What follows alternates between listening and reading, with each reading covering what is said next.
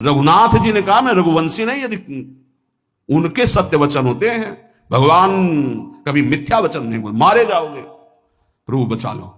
एक उपाय है, महाभागवत हनुमान जी बचा सकते हैं। उनका राम जी का विरोध हनुमान जी कैसे कर सकते हैं? बोले अब जो कह रहे हैं तो हमारी पहुंच तो है नहीं कि हनुमान जी से हम संभाषण कर सके इस विषय में। बोले हनुमान जी को अगर कोई आज्ञा कर सकता है राम जी के अलावा तो माता अंजनी कर सकती है। चलो हम तुम्हें मिलाते हैं। अंजनी माता जी से मिला, साष्टांग दंडवत रोते, मां रक्षा करो, बड़ी करुणा में। कहा कि बताओ क्या तुम्हें समस्या है? बोले मां त्रिभुवन में केवल आप ही जो हमारी रक्षा कर सकती हो। बोलो एक राजा है जो मुझे मारना चाहता है, आप बचा सकती हो मुझे? राजा मारना चाहता है? मेरा पुत्र महाबली महाभागवत हनुमान है, मैं आज्ञा करूंगी, कभी मेरी आज्ञा को उल्लंघन नहीं करेगा। जाओ मैं तुम्हारी रक्षा का व्रत लेती हूं। नारद जी मन में सोचे काम बन गया, हमारा काम बन गया, क्योंकि अब प्रकाश होगा भगवान के नाम का। हनुमान जी महाराज आए, बेटा आज्ञा कीजिए मां, मैंने इसकी रक्षा का व्रत लिया है। अभी तक ही नहीं पूछा था राजा कौन है मारने वाला, और मैंने कह दिया है ऐसा ऐसा। मां आपकी आज्ञा सिरोधार, त्रिभुवन में कोई ऐसा पैदा ही नहीं हुआ कि मेरी मां रक्षा का व्रत ले और उसे वो मार दे। कौन राजा है? तो हाथ जोड़कर कहा कि भगवान श्री राम। हनुमान जी एकदम सन्न रह गए, ये क्या स्वामी से ही कहा, मां आपने कौन सा ये व्रत ले लिया रक्षा का? मेरे प्रभु के खिलाफ मैं कैसे हो सकता हूं? मां ने कहा हमने तो वचन दे दिया। हनुमान जी ने कहा फिर बुद्धियों जितनी बुद्धियां हैं वो सब सरस्वती जी, सरस्वती भी जिनकी द्वारा प्रेरित हैं वो भगवान, और भगवान जिनकी बुद्धि में बैठे रहते हैं उनसे बड़ा बुद्धिमान कौन हो सकता है? इसीलिए परम ज्ञानी हैं श्री हनुमान जी महाराज। बुद्धि नाम अग्रगण्यम, जितने भी बुद्धिमान जन उनमें सबसे वरिष्ठ हैं, श्रेष्ठ हैं। हनुमान जी महाराज बोले चल तू एकांत चल। एकांत में ले गए और बैठ, थोड़ा ही समय रह गया संध्या का। अब तेरी श्वास में जहां भी रुकेगा नाम वहीं तेरा गला कटा, बिल्कुल पक्का। बस सीताराम सीताराम सीताराम, ये क्रम न टूटने पावे, तू ऐसा शुरू कर। अगर तेरे नाम में त्रुटि हुई, अंतराय पड़ा, उसी समय भगवान का अमोघ बाण काट सकता है, अन्यथा नहीं। तू चिंता मत कर, बैठ जा। वो बैठे, सीताराम सीताराम सीता। हनुमान जी महाराज करताल उठाए, आसपास नृत्य कर रहे। भगवान ने अमोघ बाण संधान किया। वो बाण आया और हनुमान जी जहां घूम रहे थे ऐसे परिक्रमा की वापस चला गया। भगवान ने कहा आज तक ऐसा नहीं हुआ। अमोघ बाण मोघ कैसे हो गया? लक्ष्य को बेधे बिना वापस कैसे आ गया? दूसरा बाण भगवान ने संधान नहीं किया। है क्या? कौन है त्रिभुवन में सा जिसको बाण बिना बेधे वापस चला गया? लक्ष्मण जी से कहा कि जहां प्रताप रुद्र वहां तुरंत जाइए और देखिए बात क्या है, उसके गले को क्यों नहीं अमोघ बाण ने छेदन किया। गए, सर्वज्ञ हैं। वहां जो स्थिति देखी तो हनुमान जी की आंखों में अश्रु चल रहे थे। नाम संकीर्तन घूम घूम के, और वो आंख मूंदे बस सीताराम सीताराम। परम प्रेमी लक्ष्मण जी भी तालियां बजाकर शुरू कर दिया, सीताराम सीताराम। राम जी ने विचार किया कि बाण तो वापस आ गया, लक्ष्मण जी वापस ही नहीं आए, सूचना ही नहीं। और विश्वामित्र जी कह रहे हैं तो आपने प्रण लिया था कि संध्या होते होते। भगवान ने कहा कि आप धैर्य धारण कीजिए गुरुदेव, मैं स्वयं जाता हूं। जब कहा कि मैं स्वयं जाता हूं तो बोले मैं भी स्वयं चलूंगा, देखूंगा तुम निर्णय क्या करते हो। पूरी ब्रह्म ऋषियों की समाज साथ में, नारद जी बीड़ा लिए आगे कि प्रभु हम भी देखेंगे, और सब कुछ रचा इनका है, बड़ा विचित्र खेल है इनका। महाराज जे ही गए तो देखा वो सीताराम सीताराम सीताराम।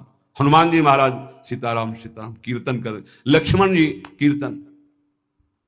भगवान ने कहा अब समझ में आया, जिसके गले में नाम निरंतर चल रहा है मेरा अमोघ बाण भी छेदन नहीं कर, जो भगवान यहां करे मेरा दिव्य सुदर्शन चक्र भी छेदन नहीं कर। भगवान ने कहा गुरुदेव आपने आज्ञा करी थी कि इसका शीश आना, आपने ये नहीं कहा था कि काट कर आना चाहिए, उसको रखो मस्तक। विश्वामित्र जी प्रसन्न हो गए। नारद जी ने कहा प्रभु इसमें न प्रताप रुद्र का दोष है न ब्रह्म ऋषि विश्वामित्र जी का, मैं ये दिखाना चाहता था कि आपके अमोघ अस्त्र से भी बढ़कर आपका नाम है। आपके अमोघ अस्त्र को कोई अगर, तो नाम आपका है। भगवान ने यहां जो कहा कि मेरा सुदर्शन चक्र भी उस गले को नहीं काट सकता जिससे नाम चलता है। विश्वास कीजिए, भगवान की ऐसी लीलाएं होती हैं जिनको माया ऐसे प्रस्तुत करती है कि आपको अविश्वास हो जाए, परेशानी। उसमें गूढ़ रहस्य होते हैं, भगवान के दिव्य विधान होते हैं। हम मायाकृत बुद्धि वाले उस विधानों को नहीं समझते। नाम जापक एक अमोघ शक्ति वाला हो जाता है। आप अभी 4 दिन नाम जप किए, विपत्ति पापाचरण के कारण कोई प्रेरित होकर आ गई, माया ने कोई नाटक रच दिया, आपकी श्रद्धा खत्म हो गई। अरे युद्ध है, कभी विपक्ष से भी बाण आकर शरीर को घायल करता है तो सूरवीर पीठ दिखा के थोड़ी भागता है। ऐसे ही भजन के मार्ग में उतरा जाता है, चाहे जितनी विपत्तियां आए। अब नाम नहीं छूटेगा तो विपत्तियों का कोई प्रभाव आप पर नहीं पड़ेगा। हरि स्मृति सर्व विपदि विमोक्षणम, भगवान व्यास देव जी कह रहे हैं। और ये नाम में प्रियता तभी होती जब किसी नाम जापक संत का संग हो जाता है। बिना संत संग के भजन में रुचि हो ही नहीं सकती। कहीं भी किसी का अगर नाम चल रहा है, संत संग से हो। जब वो नाम जापक स्वयं नाम का उपदेश करता है तो उपदेश के साथ एक शक्ति जाती है जिसे शक्तिपात कहते हैं। वो वचन से भी होता है, दृष्टि से भी होता है, स्पर्श से भी होता है और संकल्प से भी होता है। शक्ति जो नाम जप की है, नाम जापकों की शक्ति जब साधारण जीवों में जाती है, ए तुम आज से नाम जप करो, तो क्या समझते हो? उसके साथ नाम जप की शक्ति जा रही है उसके पास। दृष्टि से देख लिया, मन से संकल्प कर दिया, वचन से बोल दिया, तभी नाम जप प्रारंभ हुआ।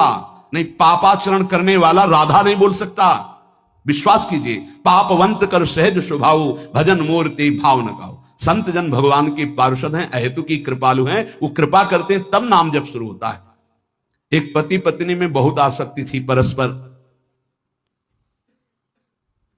नाम जप ये सब तो आसक्ति के कारण कहीं गुंजाइश ही नहीं थी। जैसे साधारण कामासक्त दंपति, ऐसे एक बार एक संत भगवान वहां से तो देखा कि परिवार में बिल्कुल अश्रद्धा है संतों के प्रति, ना भगवान का भजन न धर्म। तो सामर्थ्य भजन से जो जितना करता है, ऐसे उनको देवर्षि नारद जी मिल गए। तो नारद जी से कहा, परम कृपाल हो, ये दंपति इस घर में रहते हैं, बहुत आसक्त हैं, क्या इनकी परस्पर आसक्ति हट सकती है और भजन हो सकता है? बोले तो ऐसे हो जाएगा, चुटकी बजाते। बोले इतना आपस में प्रेम करते हैं कि उनका मन ही नहीं हटा सकते आप। बोले आप 2-4 दिन में फिर कभी आना तो देखना, ये साष्टांग दंडवत करके आपको प्रसाद पवाएंगे, ऐसी इनके अंदर भक्ति आ जाएगी। नारद जी गए, पति कहीं बाहर कार्य से गया था, पत्नी कहा कैसे आप संत भगवान कैसे आए? एक खास बात बताने आए हैं तुम्हें। क्या? ये जो तुम्हारा पति था ना, ये पूर्व जन्म का नमक बटोरने वाला नोनिया था। बोले नहीं प्रभु ऐसा नहीं। बोले रात में जब सो रहा हो तो तुम उसकी त्वचा को चाट के देखना, बिल्कुल हमारी बात सत्य मिलेगी। तुम जो इतना प्यार करे हो तुम्हारे काबिल नहीं। ऐसा कैसे हो सकता है? पक्का। कहां खेत है तुम्हारा? जहां पति गए। बता हम नारद जी गए। कैसे बाबा जी?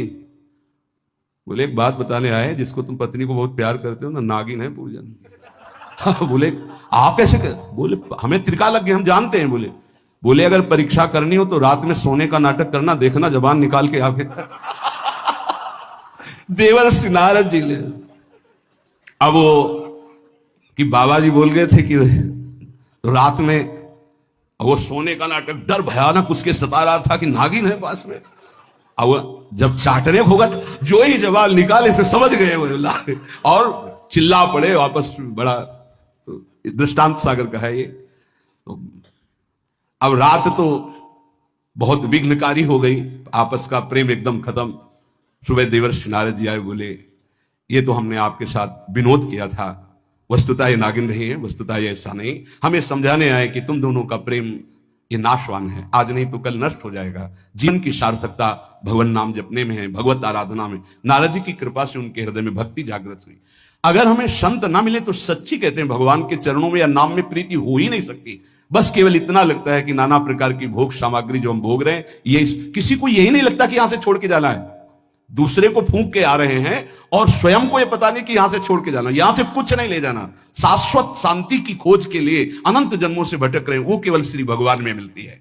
जो उपासक उठते बैठते चलते फिरते खाते पीते नाम जप करता है, खाते पीते नाम ले, चलते बैठे सोए सदा पवित्र यह नाम है, सदा उजाला तोय। जो नाम जपने के लिए जरूरी नहीं है कि आप पद्मासन लगा के बैठे, आप आसन में बैठे, नहीं। गृहस्थी धर्म में आप खेत जा रहे नाम जप करते हुए, आप एक एक फावड़ा चला रहे नाम जप करते हुए, क्या चला जाएगा? बड़ी सामर्थ्य नाम में, एक अमोघ सामर्थ्य नाम में। आप विश्वास कीजिए, एक नाम भी व्यर्थ नहीं जाएगा। अश्रद्धा से भी नाम उच्चारण कर लिया, भारी पड़ेगा यमराज के हिसाब में। मान लीजिए ये माया का ऐसा प्रभाव है जो आपको भजन में नहीं लगने दे रही। इसका कार्य है आपकी श्वासों को व्यर्थ करना। देख लीजिए, कोई दृश्य दिखा के, कोई भोग भुगा के, कोई बात के चिंतन में फंसा के, किसी क्रिया में लगा के, इसकी चाल है कि भजन ना होने देना। दो शक्तियां भगवान की ये प्रबल, एक माया शक्ति विस्मरण और भक्ति शक्ति स्मरण। ऐसी तो अनंत शक्तियां हैं, पर विशेष प्रभावशाली ये दो शक्तियां हैं भगवान की। एक है जिसकी शरण में जीव आ जाए तो भगवत स्मृति में तन्मय कर दे, समस्त दुखों का नाश करके, भक्ति। और एक माया शक्ति भगवान का विषय, कुछ खान पान दृश्य भोग क्रिया सब में भजन छुटाने की सामर्थ्य है माया के द्वारा। और भक्ति का जब प्रभाव चलता है तो एक एक कवल जा रहा है राधा राधा राधा, जल पी रहा है राधा राधा राधा, कार्य कर रहे राधा राधा, बड़ी सामर्थ्य। खाते पीते नाम ले, चलते बैठे सोए। यदि हम सोने जा रहे हैं तो मानो हमारा जैसे मरण के समय स्थिति ऐसी होनी चाहिए। पता नहीं जगे कि ना जगे, ये आखिरी रात हो, क्या पता। रात में सोते सोते दिल फेल हो जाए, इसका क्या पता। तो सोते समय एकदम एकाग्र राधा राधा राधा राधा। नाम ही ले जल पीजिए, नाम ही लेकर खा, नाम ही लेकर बैठिए, नाम ही ले चल राह। जब लग जागे नाम जपे, तन मन सू यह बीत, चरण दास यो कहत है, हरि बिनु और नमीत। अगर जल भी पान कर रहे हो, नाम जप करते हुए करो, तुम्हारी बुद्धि को शुद्ध करेगा। एक एक कवल भोजन पा रहे हो राधा राधा राधा, वो आध्यात्मिक बल प्रकट करेगा, विचार पवित्र करेगा, आचरण शुद्ध करेगा। नाम लेकर के बैठिए, नाम लेकर के चलिए, नाम लेकर के सोइए। जब लग श्वास है तब तक नाम जप करो। देखो, हरि नाम जैसा, भगवान नाम जैसा कोई मित्र नहीं है, ऐसा बड़े बड़े संतों ने अनुभव किया है। क्यों नाम जप? सदा चले चाल विपरीत, सील नहीं सहजो कहे, नैनन माही अनीति। गंदे नेत्र, जिधर देखे वो पापाचरण की वृत्ति देखता रहता है। वाणी गंदी, दूसरे की निंदा चुगली पाप करना। मति गंदी, काम, बहुत ही गंदा मलिन स्वभाव बन गया है। जिधर देखो, मंदिर जाओ, संत के समीप जाओ, बहुत सावधान। बड़ा बढ़िया सौभाग्य मिला है, बिना भगवान की कृपा के संयोग नहीं बनता। जैसे आप बैठे सुन, उस समय आप वो वस्तु ग्रहण करो जो कहीं नहीं मिल सकती, सत्संग। उस समय भी आपकी दृष्टि मलिन जा रही। कामी मति विष्टल सदा, एक तरफ रबड़ी रख दो, एक तरफ विष्ठा पड़ा है, शूकर विष्ठा की तरफ दौड़ेगा। हम लोगों की बुद्धि सूकर की तरह हो गई, मलमूत्र के शरीरों के भोगने की तरफ भाग रही। कौन सा इसमें परम सुख है? अरे इसी से हटने के लिए तो भगवान ने अवसर दिया, मानव देह, सत्संग दिया, शास्त्र स्वाध्याय, भगवत भाव में डूबने का अवसर। फिर भी वही गति।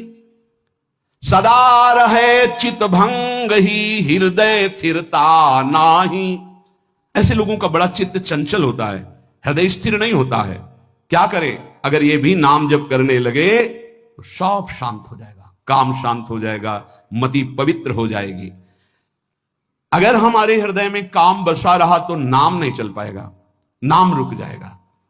हमें एक एक चीज पावन करनी इसी नाम से, वाणी, नेत्र, श्रवणेन्द्री, संपूर्ण शरीर, अंतःकरण, तब भगवत मिलन होता है। इसी शरीर को भगवान हृदय से लगाते, ध्यान रखना।